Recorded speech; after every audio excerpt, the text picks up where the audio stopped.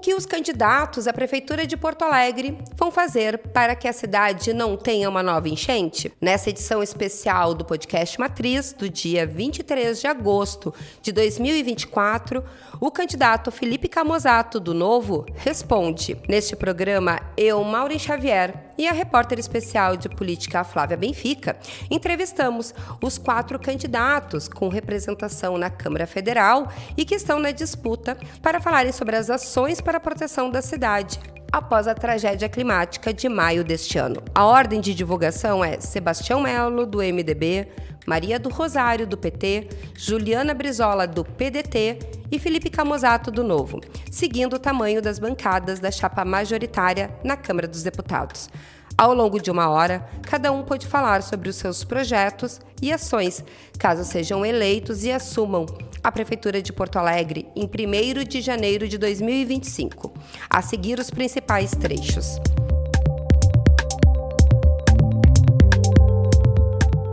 Que o senhor, a partir de 1º de janeiro, se eleito, vai fazer para que Porto Alegre não volte a enfrentar a situação que enfrentou no mês de maio, ou seja, não volte a ser alagado. Me parece muito claro que a cidade ela está, de certa forma, está com uma certa energia negativa, assim, tá um pouco depressiva, tá um pouco cabisbaixa, né? A gente não tem confiança, falta confiança na cidade, falta confiança para as pessoas voltarem para suas casas, para voltarem a investir aqui, e isso tudo passa exatamente pelo tópico do sistema de proteção contra cheias e das enchentes, de fazer com que uma situação como essa nunca mais se repita. E nós temos uma preocupação muito grande com o nosso sistema de proteção contra cheia. Aí é o empurra-empurra, né? É o DEMAI, é o DEP, o Estado, né, não tem parte nisso, o governo federal, embora na Constituição diga que é sua responsabilidade sistemas de proteção contra enchentes, também acaba não tendo mais nenhuma estrutura ou parte responsável, que nesse momento a gente não sabe, mais uma vez, a quem a gente vai cobrar essa organização, essa reconstrução. Eu entendo que a prefeitura ela tem parte de responsabilidade, mas ela não consegue fazer tudo sozinha.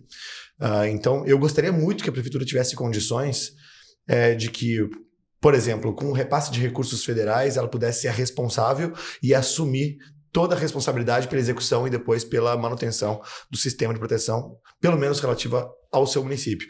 Só que tem um problema secundário que nós estamos tratando de uma bacia, né? Porto Alegre, por mais que a gente faça o melhor sistema de proteção contra cheias, se não tiver um tratamento a nível de bacia, nós podemos sucumbir mais uma vez.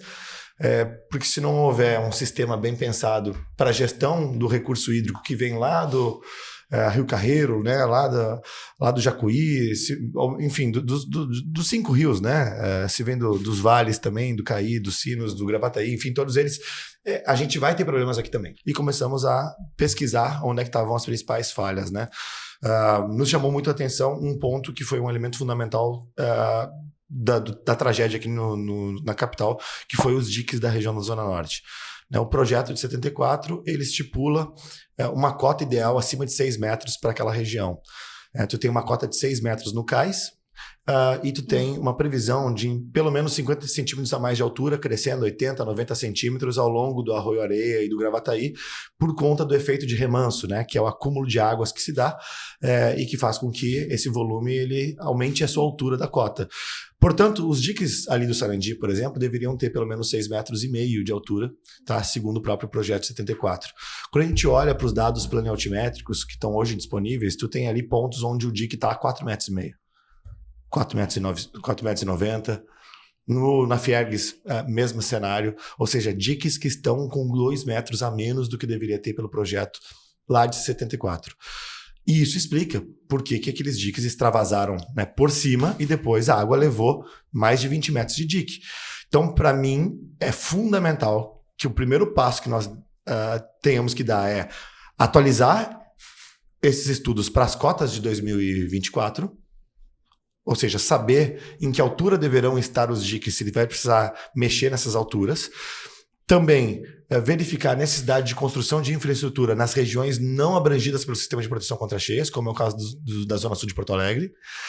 E também fazer todo o reforço e redução de riscos na área protegida do centro de Porto Alegre e do quarto distrito. O que eu quero dizer com área protegida e gestão de riscos? Cada comporta é um risco. Porque é uma manutenção a mais que precisa ser feita, de vedação, de funcionamento, tudo mais. E ela adiciona um elemento, ela é um elemento adicional de risco para a prefeitura realizar isso. Então, quando o centro de Porto Alegre alaga, aquele dia, a água vinha do nosso sistema pluvial e vinha de dentro das nossas casas de bombas. Né? Não era o problema do Muro da Mauá. Né? O Muro da Mauá, inclusive, eu cheguei a falar isso numa outra entrevista, o Muro da Mauá ele acabou sendo, inclusive, um fetiche de proteção. E eu chamo assim de fetiche de proteção porque ele ilude a gente de achar que nós estamos protegidos por ser uma estrutura robusta que é visível. Mas a gente está sendo desprotegido por onde não enxergamos, que é o sistema pluvial, o sistema que não tem o antifluxo, que é subterrâneo. Então o Guaíba cresce, encota, o muro segura ali para fora, mas por meio do nosso sistema pluvial e por meio das casas de bombas, a água entra com força em grandes volumes. Não só isso. Lá na Comporta 14, na Sertório, com 4,5 metros de altura de rio, a Comporta cede. Um local que foi desenhado, projetado e executado para supostamente suportar 6 metros de cota de rio. Né? O Jacuí com pressão adentro do quarto distrito e nós temos uma enxurrada que invade toda aquela região. Ao mesmo tempo que estava sendo invadido os polders da Zona Norte, fazendo com que o aeroporto ficasse alagado, com que a região do Sarandi, da Fiergs também, e todas as vilas que estão ali juntas. Então, precisamos fazer uma revisão total desses estudos com atualização das cotas, primeiro passo, para a gente poder saber o que nós vamos investir de recurso, tá? Isso, inclusive, para que a gente não tenha desperdício de recurso e possa fazer o melhor uso do investimento. Segundo ponto é usar o recurso que nós temos, seja da prefeitura, seja através de financiamentos disponíveis ou mesmo de repasses do governo federal ou estadual, para fazer a reforma, reconstrução e robustecimento do sistema de proteção. A reforma, quando eu digo, é de fazer com que todo o sistema de comportas, muro e tudo mais possa estar a contento. Então, reforma desse sistema e robustecimento, né, para fazer aumento do nível dos diques na região da Zona Norte, construção de eventuais diques na região da Zona Sul, fazer uma coisa que vai ser importante, né, atualização do sistema de cotas das casas de bombas, né, com possível elevação das casas de bombas. Sobre os diques, a prefeitura atual já anunciou, já vai começar as obras de elevação destes diques da Zona Norte. Pode afirmar categoricamente que foram construídos na altura menor e que essa altura não é adequada? Eu, particularmente, não sei dizer se a gente não teve desgaste da estrutura ao longo do tempo. Né? A gente tem uma situação onde tem casas construídas sobre o dique, tem gente que botou garagem dentro do dique. A gente normalizou uma situação. Se não aconteceram intervenções. Pode ter tido intervenções, né, da população, da própria prefeitura, por que não, né? Movimentação de terras, obras. A gente teve ali mudanças da própria estrutura dos polders, dos originais 74, para como estão hoje. Porque teve ali um prolongamento da Severo Dúlios, teve movimentação de famílias, de vilas, seja pela expansão do aeroporto, seja por outras razões. Ou seja, ao longo desses últimos 50 anos, né, 80 anos, na verdade, muita coisa aconteceu. Então, eu não afirmaria categoricamente, porque eu não sou um especialista na área, de o que motivou a chegarmos nessa altura. Fato é que falta altura, né? E aí nós temos que trabalhar com a realidade, né, de que precisaremos recompor a altura dos diques para oferecer essa segurança e confiança nas pessoas para voltar a poder morar nas suas casas. O que o senhor vai fazer por primeiro, assim, o que são ações práticas? Largada. Perfeito. Então, acho que a primeira coisa é o seguinte, não dá pra gente ficar esperando os estudos ficarem prontos para falar sobre o estado da arte do que a gente quer, né, qual é o cenário ideal para a gente começar a agir, né? Então, sem dúvida alguma, nós precisaremos colocar recursos para conseguir já, naquilo que a gente identificou como falhas, já corrigi-las. Então, acho que a prefeitura, nesse ponto, tem razão em já começar as obras e já fazer esses reforços. Isso são coisas que nós já sabemos que foram dificuldades.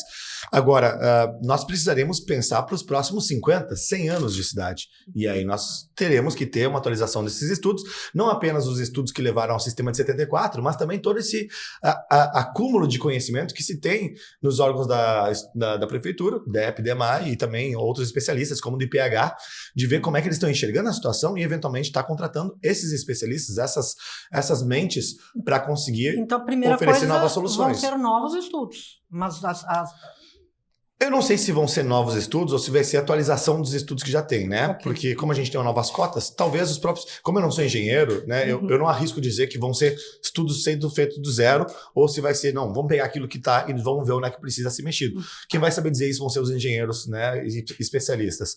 Agora, Engenheiros e especialistas, da onde?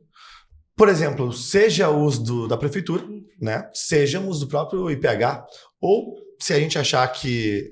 agora a prefeitura fez uma contratação com engenheiros holandeses, né? Eu não sei como é que vai ser a qualidade do trabalho deles, mas eventualmente ali pode ser também um novo parceiro que pode se contratar estudos ou se evoluir nos estudos que vão fazer, né? É muito difícil para quem não está na administração pública, como é o meu caso, que não estou no Poder Executivo, de chegar dizendo, né, de maneira determinante, vai ser A, vai ser B, porque o risco de eu errar é altíssimo. Agora, uma coisa que eu preciso sinalizar para o eleitor e que a sociedade civil precisa saber é que nós queremos fazer... Primeiro, né, uma ação emergencial para evitar que a gente possa ter uma cheia dentro daquilo que já se tem de conhecimento que é falho. Ou seja, e essa ação emergencial é o quê?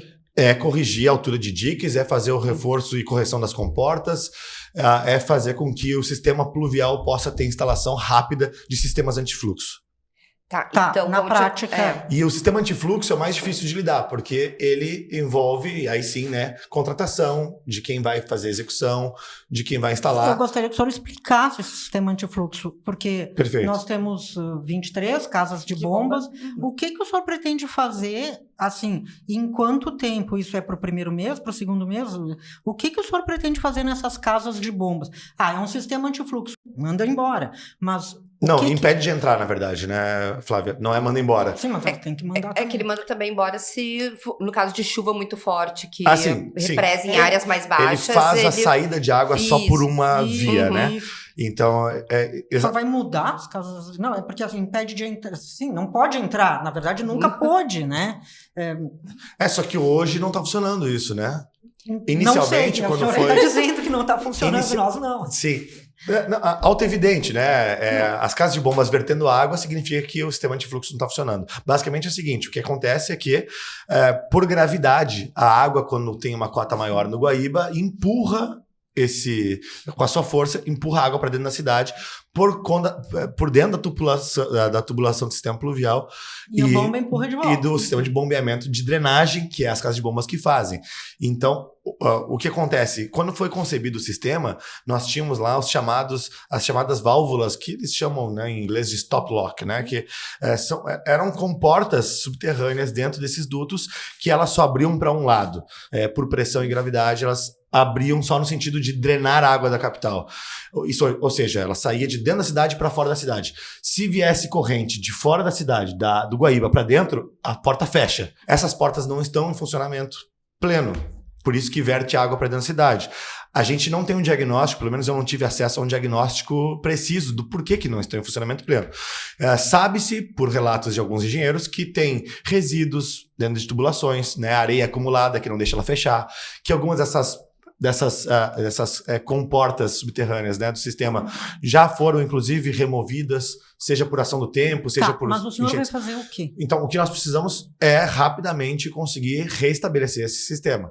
E esse é o elemento mais difícil, tá? Porque esse é um elemento que envolve intervenção subterrânea para a reinstalação desse sistema, onde a gente não tem um diagnóstico claro ainda de quantos serão as reinstalações.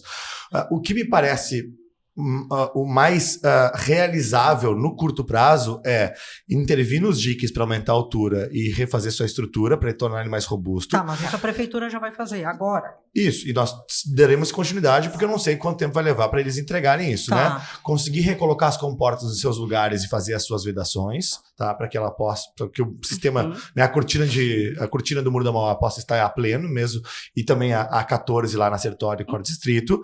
Conseguir colocar todas as casas de bombas em funcionamento para que elas possam estar com o sistema de drenagem funcionando. Manterem funcionando. Isso, estava com 80 e poucos por cento. Exato. Estava com 80 e poucos por cento de funcionamento, né? Fazer com que isso seja restabelecido e conseguir reforçar, ao menos emergencialmente, para que elas Acho que uma coisa que é difícil de prometer, mas que precisa ser endereçado é a alimentação exclusiva do sistema de energia elétrica nas casas de bombas, né? Como? Com o CE Equatorial fazendo ligação direta nas casas, tá? Por isso que eu falei, é difícil de prometer enquanto prefeitura, porque tu precisa que a CE Equatorial realize essas ligações diretas. O senhor não pensa em colocar, teve uma discussão sobre isso, o senhor não pensa em colocar geradores da prefeitura? Eu acho que colocar geradores nas casas de bombas poderia ser uma solução, mas ela é extremamente cara. Então eu acho que por conta do seu custo ela se torna inviável. Para quanto? O que a gente viu a prefeitura, inclusive, fazendo os orçamentos, é de que o gerador para funcionar com diesel no volume que precisa, para carga elétrica, eu não tenho de cabeça aqui o valor, tá? Mas na carga de energia que é necessária, em cada um dos pontos de bombeamento, com a quantidade que é necessária, para o tempo que vai ficar operando, seria uma coisa... impagável para os termos atuais de disponibilidade financeira da prefeitura. O senhor não tem o valor? De cabeça não tem o valor, tá, Flávia? E eu estou remetendo justamente ao que foram as declarações que nós vimos e que na época, quando a gente... Porque eu falo isso com o seguinte contexto. Eu fui um dos que falou de que deveria ter geradores nas casas de bombas, tá? E eu fui me contrapuseram sobre o custo. E a nossa equipe naquela época falou assim, Camazzato, realmente é um ponto a ser observado. Não é tão fácil assim, não é tão simples, e a prefeitura não teria dinheiro para bancar isso de maneira permanente. Então, emergencialmente, talvez até daria para fazer uma alocação desses geradores para que eles pudessem atuar num contrato onde emergencialmente chega de caminhão, vai lá, instala e opera. Agora, deixar parado lá um gerador abastecido para ficar operando, inclusive a própria deterioração do gerador, de ficar parado, um sistema que precisa, a combustível tá funcionando, gera uma despesa adicional de manutenção, enfim. Então, o que o senhor propõe para as casas de bomba é garantir, fazer essa negociação com a CE Equatorial para que garanta isso, eventualmente até aplicando algum recurso da prefeitura para compensar esse custo da CE Equatorial e fazer a ligação direta, né? Para não ter situação que nem o Menino Deus sofreu ali, com queda de luz e alagando o bairro, né? A questão de mexer na rede ali... Do sistema de fluxo? Vai ter que ser mexido. Tá? Mas o senhor não sabe quantificar o que exatamente precisa. E acrescentando, nem daqui a pouco fazer outro projeto, ou daqui a pouco adotar outra tecnologia... Aí, se vier uma solução de engenharia que permita que a gente não dependa de um sistema como esse... Quanto tempo o senhor acha que dá para fazer isso? Eu acho que leva mais de ano para fazer um negócio desses, tá? Por isso que eu digo que não é uma solução fácil. O senhor citou aqui... E por que não é uma solução fácil, Flávia? Porque nós não temos um diagnóstico atualmente.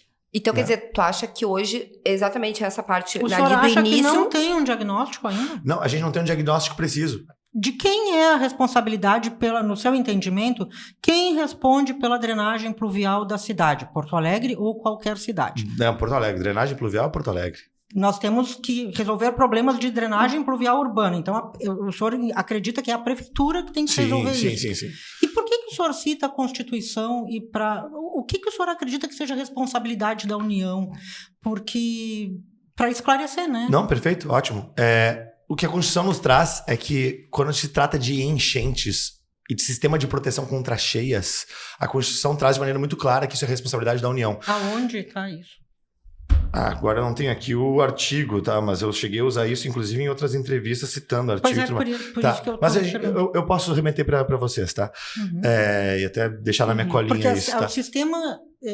de novo, a gente entra numa... O sistema, a gente está justamente tentando esclarecer, assim, com os candidatos. Sistema de proteção contra cheias. Drenagem pluvial... Não conta. Não é pluvial, tá?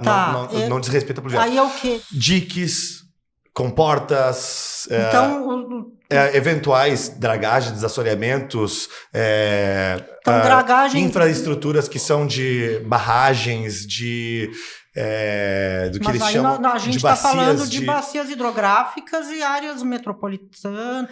Não, ele pergunta porque nós temos bacias hidrográficas, muitas, né?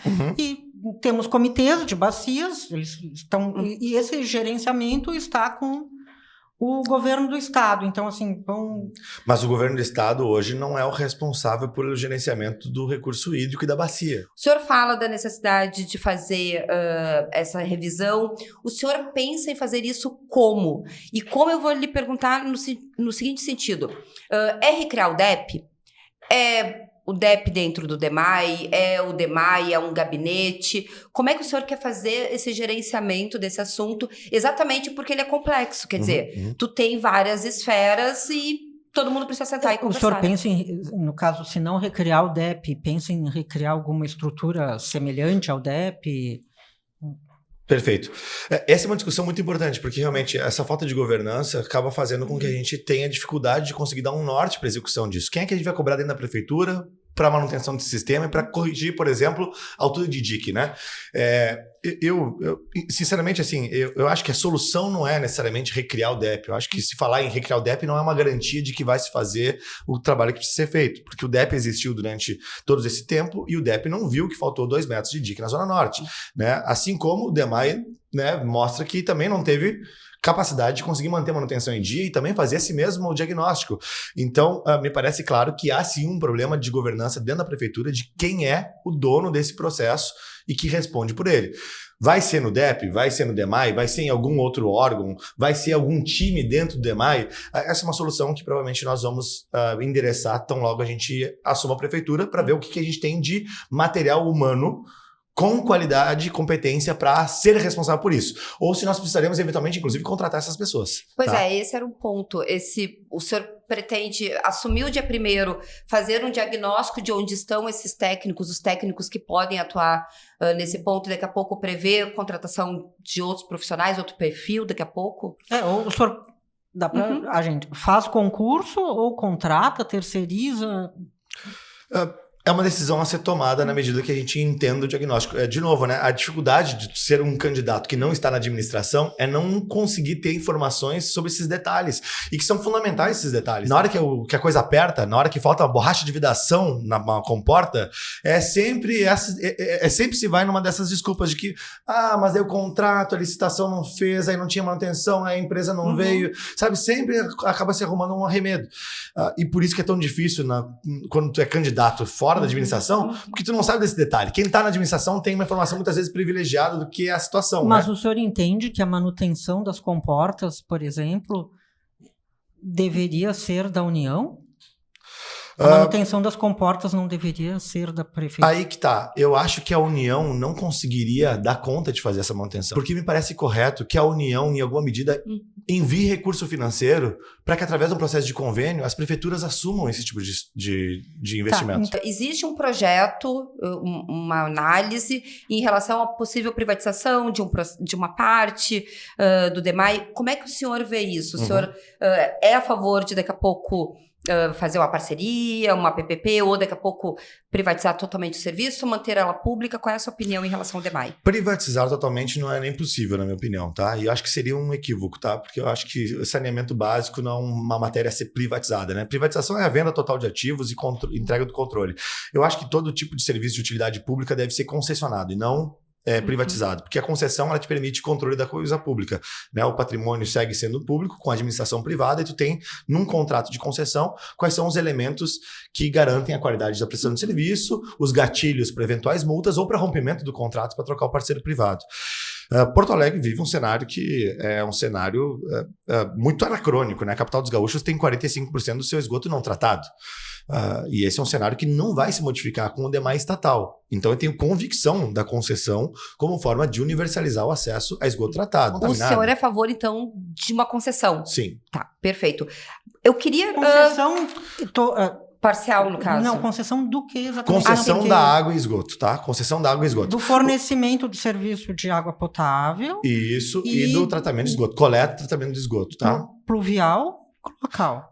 Não, é que sim, o pluvial acaba sendo coletado também, com certeza, tá? A questão é que não tem tanto tratamento em cima do pluvial como tem no local, né?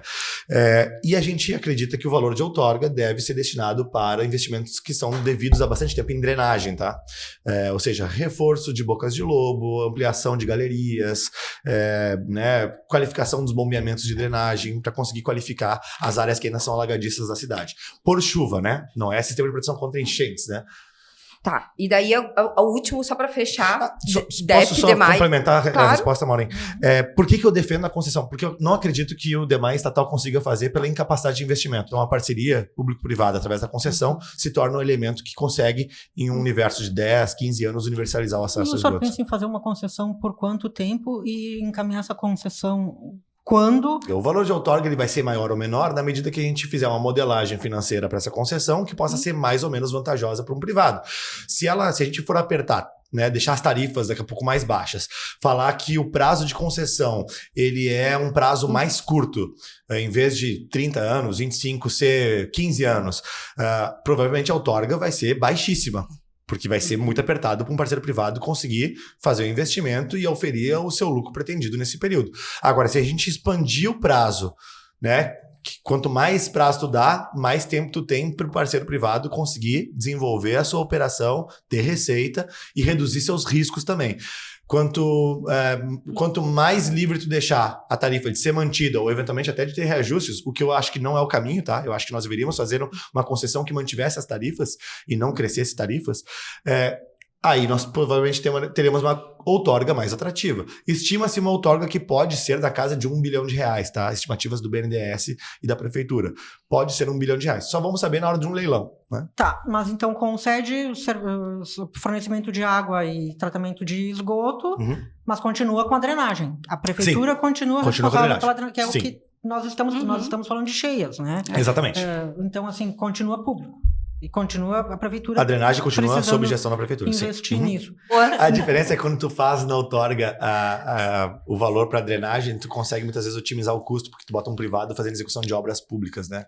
Então tu consegue às vezes otimizar em tempo de execução. Na sua apresentação, o senhor falou sobre o muro da Mauá como um fetiche, né? Efetivamente, o senhor é a favor de derrubar o muro ou não? E em relação às comportas, né? Que, enfim, o senhor mesmo falou da questão da necessidade de vedação. O senhor é a favor, daqui a pouco, de fechar algumas comportas, mantendo o muro, fechar algumas comportas, deixar outras abertas? Qual é a sua opinião em relação ao muro? Perfeito.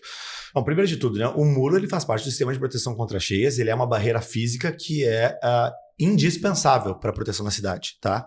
Então, não existe um cenário onde você derruba o muro e não substitua por algo que ofereça igual ou maior proteção, tá?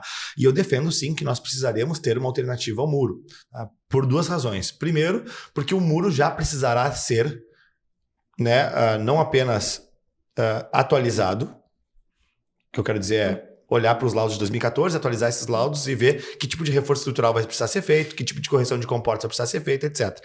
Mas também eu acredito que ele precisa ser movido de lugar, tá?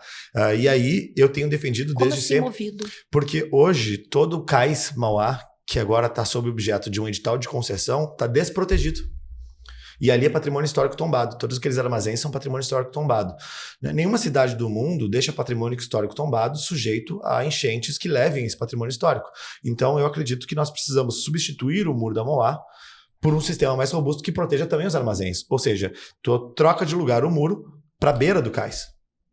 A barreira física, que inclusive foi prevista no edital de concessão, é um muro, só que não no formato, né, perpendicular ao horizonte, em si no formato de escadarias, né, parecido com o que a gente tem ali na Orla 1, no trecho 1 da Orla, trecho 2 da Orla, trecho 1 e trecho 3, quer dizer, né, que tu tem, aquilo ali é um dique, né, e tu tem uma escadaria de contemplação. No projeto, no edital de concessão do Cais Mauá, eles colocam de forma semelhante, eles colocam uma escadaria de contemplação, que é, na verdade, por si só, um muro de contenção, que naquele projeto ela tinha uma altura semelhante à do muro com um complemento de proteção móvel, tá?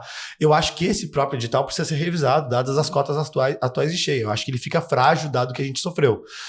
E eu defendo, sim, que a gente precisa, né? Não é possível que depois de tudo que aconteceu e de quase 80 anos da execução desse projeto, que a melhor solução de engenharia que exista disponível é simplesmente manter o muro como está e deixar os armazéns, patrimônio histórico tombado, desprotegidos. Nós precisaríamos proteger esses armazéns. Essa escadaria, no caso, ela ficaria dentro do rio? Não. Pela estrutura atual? Não, pelo projeto... Quer dizer, os pavilhões ficam, os armazéns ficam na beira já. Quase, né? Na verdade, não ficam exatamente na beira. Tem um espaço muito pequeno ali para fazer uma escadaria, não? Não, segundo o projeto de engenharia deles... Tá, mas faz isso, assim, quem faz isso, em quanto tempo faz isso, vai fazer, o senhor acredita mesmo que isso seja possível em 4 anos, assim, e eu lhe pergunto porque parece que tem tantos problemas para resolver, assim, e isso se transformaria numa solução ou em outro problema? Eu entendo o seguinte, que não é a tarefa da prefeitura isso, tá?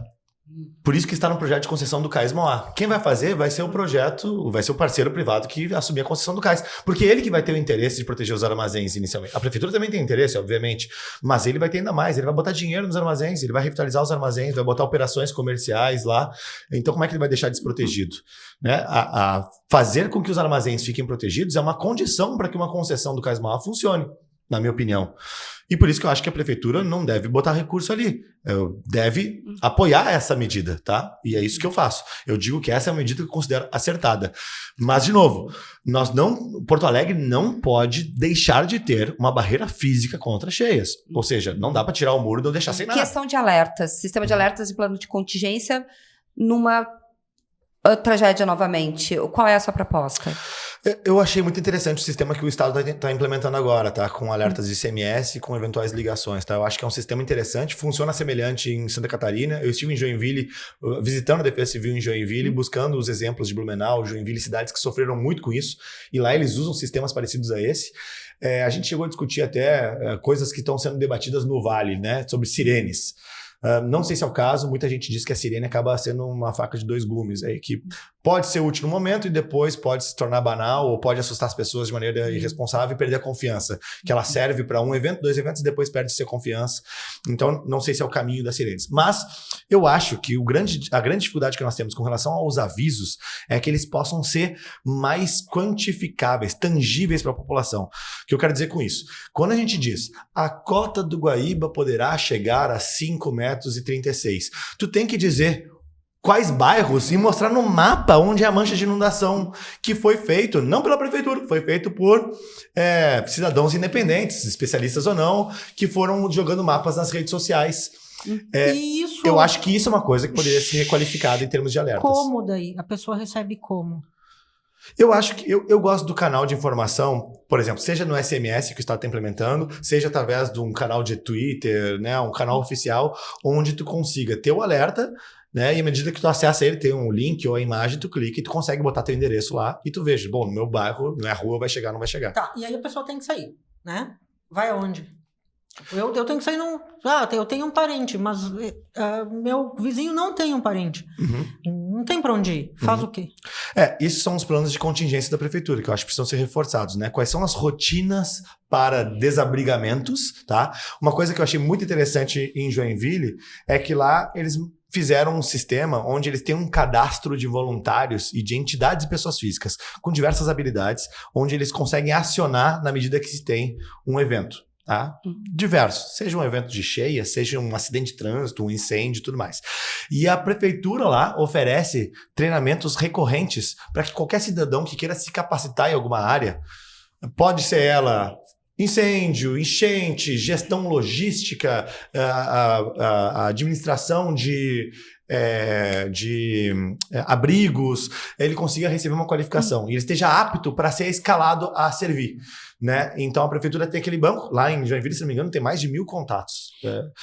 E aí eles conseguem acionar. Nós precisaríamos de reforço. Porque, vamos ser franco aqui, a história do povo pelo povo. Por que surgiu a história do povo pelo povo? Porque o evento foi tão grande, a magnitude foi tão grande, que não existia força estatal suficiente para conseguir abraçar todo mundo. E os voluntários, portanto, foram fundamentais. Essas questões todas de avisos, de alertas, provavelmente convênios e parcerias, e vinculado a algum órgão especificamente para poder fazer esse tipo tanto de rotina como de avisos? É uma boa questão. Ou será via próprio DEMAI que já faz anúncios, ou talvez com um parceiro privado que possa ser um prestador de serviço em termos de alertas, né? A gente já tem institutos que fazem isso. Tá, a gente tá na finaleira a questão do lixo. Questão do lixo. Nós temos coleta seletiva em poucos bairros de Porto Alegre hoje. Precisa ser expandido, sim. É uma preocupação que nós temos, inclusive, de poder... Com container, não? Esse é um debate que é interessante, né? Eu acho que nós tivemos um problema quando a gente introduziu os containers seletivos junto com os containers orgânicos, que foi um problema de comunicação com o cidadão, tá? A gente hoje sofre com a comunicação também do cidadão que joga lixo seco dentro do orgânico, do container, né? Que já é um elemento que traz uma complexidade da logística do lixo, né? Mas, além disso, quando nós introduzimos os containers seletivos, não teve uma grande campanha de comunicação, o cidadão não sabia, ele não entendia por que tinha um verde, por que tinha um cinza do lado, né? Eu gostaria de tentar novamente, tá? Um modelo semelhante a esse. E daí, nesse caso, concentrar nos bairros onde já existe container ou daqui a pouco expandir para outros bairros ou até para toda a cidade? A facilidade de tu ir nos bairros onde já tem container, tu já tem a logística de caminhões que passam, recolhem, tu já tá mapeado, né? Eu acho que muitos dos bairros que hoje não têm containers e hoje não tem uma coleta seletiva precisam ter estipulado uma roteirização de serviço nesse sentido. Para que a população, primeiro, saiba que vai passar o lixo e vai recolher e ela comece também a criar a cultura do descarte correto, e segundo, para a gente poder combater os focos de descartes irregulares que muitas vezes acabam caindo nos córregos e rios da cidade, ajudando a entupir todo o nosso canal pluvial, né? Felipe Camozzato, a gente gostaria muito de agradecer a disponibilidade, essa conversa, né, sobre esse assunto. Então, por favor, a sua despedida. Primeiro agradecer pelo convite, né? Acho que foi bom a gente poder conversar, viu como o tempo passa rápido para um assunto tão complexo e denso, né?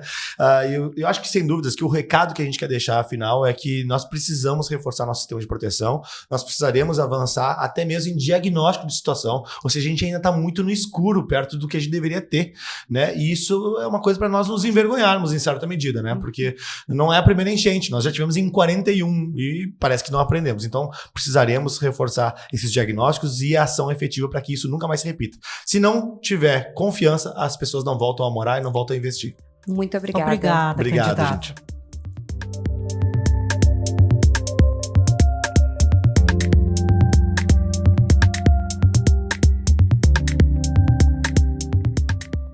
Esse que você ouviu foi a entrevista com o Felipe Camozzato, candidato do Novo na disputa pela Prefeitura de Porto Alegre. Ao longo dessa semana, você pode acompanhar o especial do Correio do Povo, Os Candidatos e as Cheias. O projeto teve como objetivo ouvir os 4 candidatos que estão na disputa pela Prefeitura de Porto Alegre e que têm representação na Câmara dos Deputados. Ao longo de 1 hora, eles foram sabatinados por mim, Mauri Xavier, e pela repórter de política, Flávia Benfica. Neste período, o assunto e o tópico foi o mesmo: o que fazer para que Porto Alegre não alague novamente. Os questionamentos variavam um pouco de acordo com cada um dos entrevistados, mas também a partir das propostas por eles apresentados neste especial. A entrevista inicial foi a com o prefeito e candidato à reeleição Sebastião Melo, do MDB. A segunda entrevistada foi Maria do Rosário, do PT, a terceira, Juliana Brizola, do PDT, e o último, Felipe Camozzato, do Novo. Todas as gravações elas ocorreram antes da divulgação de qualquer um dos materiais. Assim, cada candidato não sabia exatamente o que o outro havia proposto. A ideia central para discutir drenagem urbana, sustentabilidade, lixo e também a manutenção do sistema de cheias esteve entre o fio condutor de todas essas entrevistas. Todas elas estão disponíveis no podcast Matriz, nas diversas plataformas, mas também elas foram publicadas tanto no site como nas edições impressas do Correio do Povo ao longo desta semana. A gente agradece a escuta e fica até a próxima. Esse programa especial teve o roteiro de Flávia Benfica, a captação e a edição técnica de Wilson Bravo. Até!